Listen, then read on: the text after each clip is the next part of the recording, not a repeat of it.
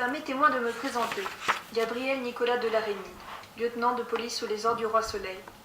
Le rapport que je m'apprête à écrire sera probablement le plus important de toute ma carrière, car il concerne une affaire extraordinaire, l'affaire des poisons.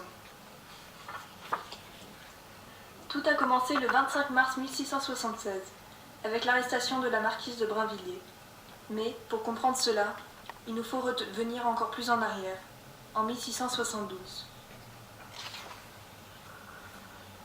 Un jeune officier, du nom de Gaudin de Sainte-Croix, perclus de dettes, est retrouvé mort empoisonné. Les soupçons se portent sur son amante, Marie-Madeleine de Brinvilliers, suite à la découverte d'une cassette contenant des fioles de poison et des lettres, témoignant d'une reconnaissance de dette de la marquise envers Sainte-Croix. Nous découvrons ensuite que ces poisons ont servi aux diverses tentatives, à succès, de la marquise pour éliminer son père, ses 2 frères et sa sœur. Une histoire d'héritage probablement. Elle les aurait empoisonnés au moyen d'un poison à base d'arsenic, qui prendra ensuite le nom de poudre de succession.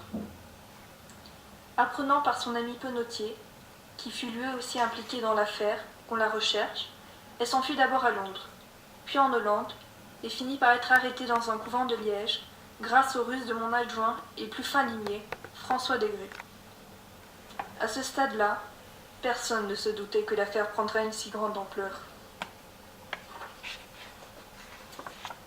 Le 17 juillet 1676, la Brinvilliers est exécutée place de Grève. Elle n'avait avoué ses crimes que quelques jours auparavant, laissant sa célèbre phrase en suspens. « S'il dégoûte sur moi, il pleuvra sur Penautier. » Ce dernier ne fut emprisonné que 4 ans, faute de preuves.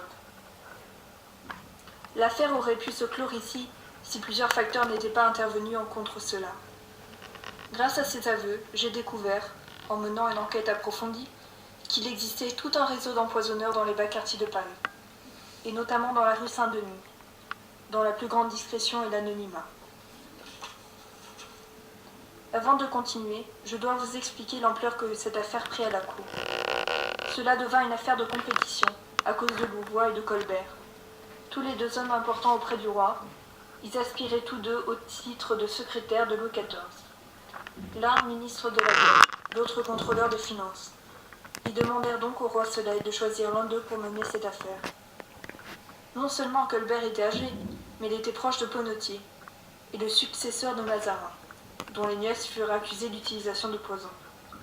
Louvois, plus jeune et dynamique, fut préféré et me somma d'enquêter, ce que je m'empressai de faire. Entre-temps, une guerre éclata entre les 2 hommes d'État. Ma découverte laissa tout le monde coi. L'engrenage de l'affaire des poisons continue à tourner et impliquait de plus en plus des personnes de la haute société. Poissons, nourriture, tissus, messes noires, poudre de succession, bave de crapaud, empoisonneuses, diseuses de bonne aventure, prêtres. Paris était devenu un refuge de magie noire.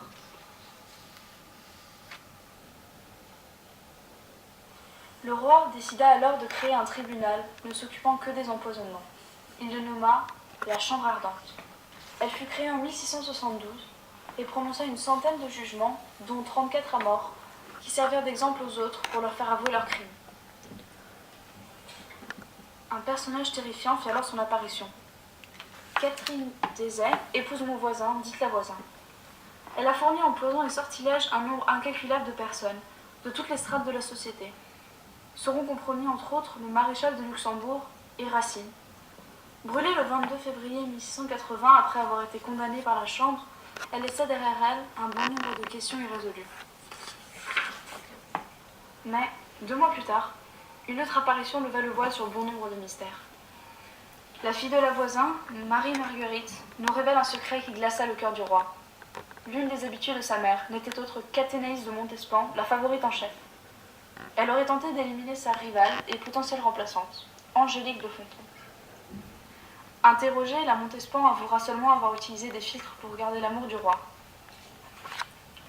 L'affaire devient de plus en plus importante. Le réseau d'empoisonneurs existe en fait dans toute la France, et l'Église est corrompue. Des messes noires, faites par de vrais prêtres ayant tourné le dos à Dieu, sont célébrées. Cela explique donc les mystérieuses disparitions d'enfants signalées récemment dans les bas quartiers. Brisé par l'implication de sa favorite dans cette enquête, le roi suspend la Chambre ardente en 1682 et décide, sur mon conseil, de brûler tous les documents concernant Athénaïs de Montespan, ce qu'il fait en 1709. Depuis, il a tourné la page sur la favorite, qui a donc jeté de son piédestal. Cette affaire, impossible à résoudre, laissera beaucoup de prisonniers derrière elle. Ils seront enfermés à vie, avec interdiction de prononcer le nom de la favorite. Cette affaire marquera également le début de ce que j'appelle la police scientifique. Nous en sommes, Desgrais et moi, les premiers membres. La version de Louis XIV pour les poisons lui venait de sa belle-sœur qui mourut jeune, empoisonnée.